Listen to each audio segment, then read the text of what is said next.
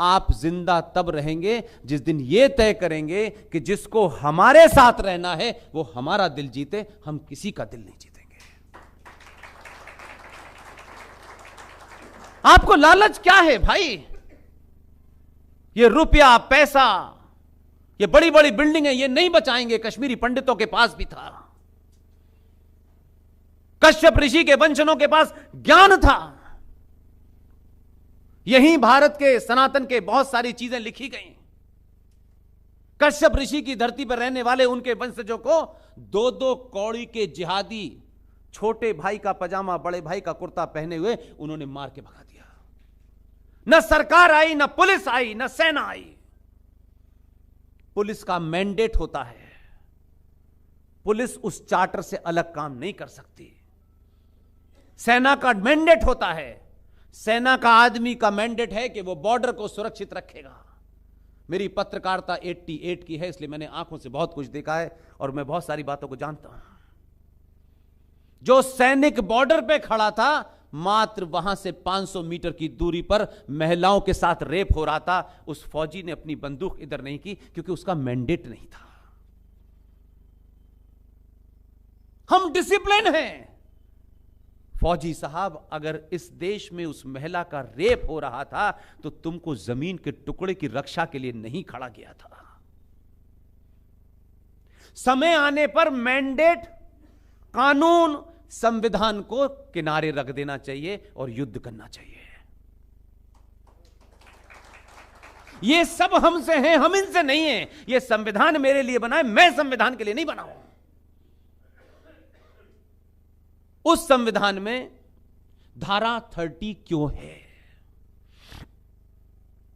हम कितनी बातों पे भगवान राम पे सवाल उठाएंगे, सीता पे सवाल उठाएंगे, अलग अलग, क्योंकि हमारे पास अपने आप को इंगेज करना है। रियल इश्यू पे बात करेंगे तो पिताजी का झूठ पकड़ा जाएगा। इसलिए बड़ी बड़ी बातें, मैंने कहा ना, बड़े बड़े प्रवचन, इतने मठ मंदिर हमारे देश में है, दुनिया में नहीं है। 4 शंकराचार्य हैं। दुख की बात है ये। जरा एक सेकंड के लिए अपने सोचिए, हमारी आस्थाओं को में कोई बदलाव, सनातन हिंदू सभ्यता में, सनातन हिंदू सरोकारों में अगर कहीं कोई कंफ्यूजन आ रहा है, कहीं कोई क्लैश हो रहा है, उसके लिए शंकराचार्य है आखिरी अदालत। शंकराचार्य का कहा हुआ आखिरी शब्द मेरे लिए मान्य होगा, क्योंकि शंकराचार्य मेरी आस्थाओं को, मेरी परंपराओं को, मेरे सरोकारों को आखिरी उसके पास है। लेकिन दुख यह है, चवन्नी छाप चौराहे चौराहे पर जो कहते हैं कि हमने सन्यास ले लिया है, लेकिन पार्टी की टिकट की लाइन में खड़े हुए हैं। आपके अंदर का जमीर मर चुका है।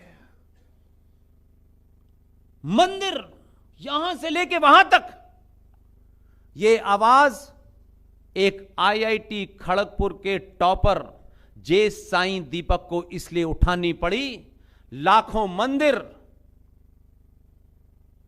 हजारों हजारों साल पुराने मंदिरों में जिस पुजारी को यह डिमांड उठानी चाहिए थी, उसको इसमें कोई इंटरेस्ट नहीं था कि इस देश में कैसे मुमकिन है कि अगर 76 में रात के अंधेरे में 42nd अमेंडमेंट के तहत अगर संविधान के प्रियम्बल में, दुनिया के सारे संविधान पढ़ लीजिएगा, संविधानों में समय समय के अनुसार कुछ बदलाव होते रहते हैं, लेकिन प्रियम्बल जो होता है वो वर्जिन होता है, वो अक्षुण होता है, उसमें बदलाव नहीं होता। अपने स्वार्थों के लिए 76 में, क्योंकि उनके पास रशा का दबाव था, और ये मैं नहीं कह रहा, रशा की जो सबसे बड़ी खुफिया एजेंसी है KGB, मित्रोस्कीवी उसका डायरेक्टर है, उसने अपनी किताब में लिखा है कि भारत में 35 MP संसद में हमारे पेरोल पर थे। सत्ताओं को क्या करना है हम बताते थे, इसलिए उस दबाव में 76 में रात के अंधेरे में 42nd अमेंडमेंट आनन फानन में किया, और प्रियम्बल में आपने सेकुलरिज्म और सोशलिज्म का शब्द जोड़ा। मेरा विरोध नहीं है, मैं ये फैक्ट बताना चाहता हूं, लेकिन उस पर मैं अभी कोई अपना विरोध नहीं दर्ज करना चाहता। मैं आप ही से सवाल पूछना चाहता हूं,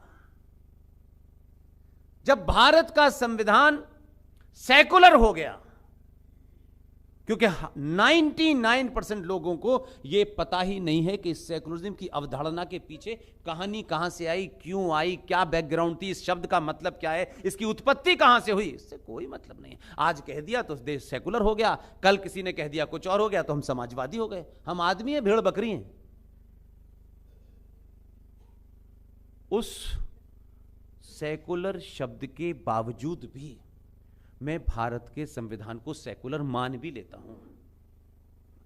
तो ये तो सवाल पूछता आदमी जो हम लोग हर चीज पे बहस करते हैं, घंटों मैंने देखा है बहस हो रही है, कुतर्क, और अपने अपने स्वार्थों को बचाने के लिए सड़क पे खड़े होकर हम कुतर्क करते हैं।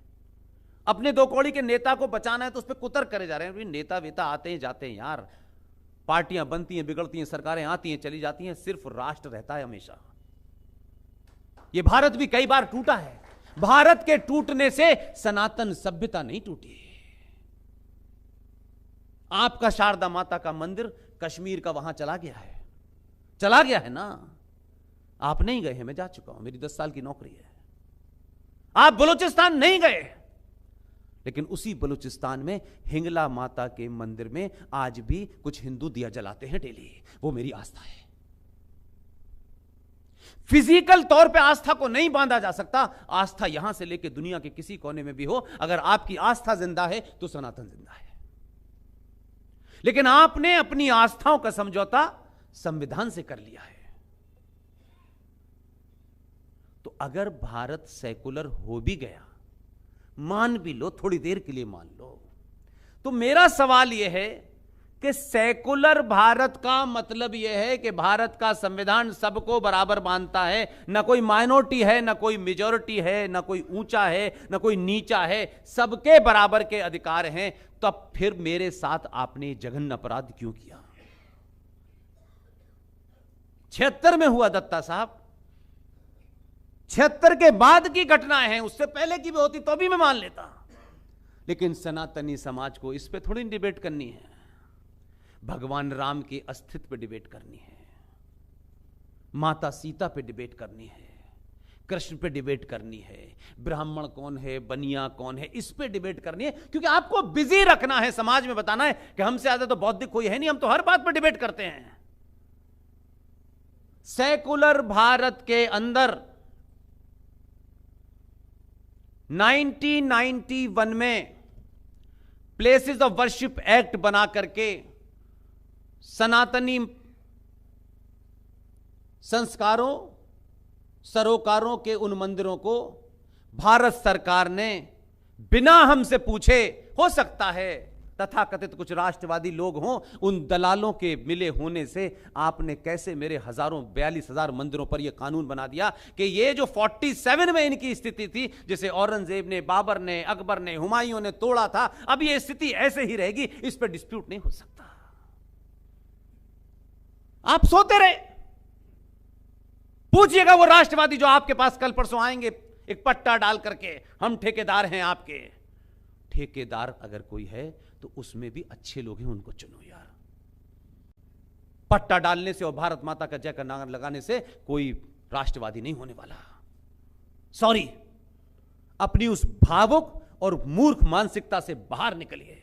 और आप नहीं निकले तो मेरा दावा है, मेरी बात को याद रखिएगा, हर सभा में कहता हूं, आपके बच्चों को जब पता चलेगा कि हमारे बाप को और हमारी मां को पता था, आपको लगता है कि आप 5 करोड़ का मकान देके जाएंगे तो आपकी इज्जत करेगा? वो ना 5 करोड़ के मकान को बचा पाएगा और ना आपकी आस्थाओं को बचा पाएगा, और आपको गाली देगा कि हमारा बाप और हमारी मां कितने बड़े हमारे दुश्मन थे कि जो हमारे सामने खतरा था उसकी बात ही नहीं कर रहे थे। भाईचारा भाईचारा भाईचारा, हम सब सदियों से साथ रह रहे हैं। कब सदियों से आप साथ रहे मुझे बताओ ना यार, कब सदियों से साथ रहे मुझे बताओ ना, कौन सी डेफिनेशन के तहत रहे? आपने एक वर्किंग रिलेशन तय कर लिया कि भाई चलो तुम ठीक है अपनी मस्जिद बना लो, हमारा मन। वो वर्किंग रिलेशन समय समय के हिसाब से बना और समय समय के हिसाब से जिसकी ताकत हुई उन्होंने उसको बर्दाराशी कर दिया। आज भी कौन लोग थे जिन्होंने 93 के अंदर बिना किसी डिबेट के, बिना किसी संवैधानिक दृष्टि से उस डॉक्यूमेंट के तहत अपने आर्गुमेंट को आगे रखते, उन्होंने अनाउंस किया है। क्योंकि उनके, मैंने कहा ना, पार्टियों के स्वार्थ राष्ट्र के स्वार्थ नहीं होते। उस पार्टी को लगा कि यह एजेंडा लागू करने से तत्कालिक फायदा होगा, लेकिन उन्होंने फायदा भी लिया और हमारे सर पे थोप दिया। इस पे कोई जलसा जुलूस नहीं निकला। कहीं निकला हो तो मुझे बताइए। मेरा 20, 22, 23 साल का तो कैरियर है पत्रकारिता का, और 10 साल से मैं ये कर रहा हूं। कोई नहीं निकला। एक आदमी ने खड़े होकर कह दिया, देश में मुसलमान माइनॉरिटी में हैं, उनके लिए माइनॉरिटी कमीशन बनना चाहिए। अब क्योंकि यह बात थी कि उन 15 करोड़ मुसलमानों को माइनॉरिटी घोषित करना था, तो उसे सेकुलरिज्म का जामा कैसे पहनाया गया? और यह कहा कि सरदार भी जो है माइनॉरिटी में है, बौद्ध भी माइनॉरिटी में है, क्रिश्चियन भी माइनॉरिटी में है, तो इनको माइनॉरिटी का दर्जा दे देते हैं। माइनॉरिटी कमीशन बन गया, करोड़ों का बजट बन गया। अब क्या आप मुझे बताएं, कोई बड़ा दानिश्वर बैठा हो, कोई मेरा बुजुर्ग बैठा हो, मुझसे कहा जा रहा है कि भारत सेकुलर है और सेकुलर भारत में सब बराबर हैं, सबके लिए जितने भी अपॉर्चुनिटीज हैं वो बराबर हैं। तो जब सब बराबर हैं तो इस देश में 15 करोड़ मुसलमानों के लिए विशेष प्रावधान क्यों है? और फिर आगे चल करके जब उनको लगा कि इसको और जस्टिफाई करना है, तो आपने 2005 या 6 में जो जैन थे कहा कि ये भी माइनॉरिटी हैं। तो बहुतों को लगा माइनॉरिटी में जाने से कुछ हमें भी खैरात मिल जाएगी। माफ करना, इस 12-13 साल के सफर में कोई जैन ऐसा नहीं है जिससे मैं न मिला हूं, जो आपके संत हैं उनसे न मिला हूं। मुझे तो कभी ऐसा नहीं लगा कि जैन समाज को सरकार की खैरात चाहिए। आपको खैरात नहीं चाहिए।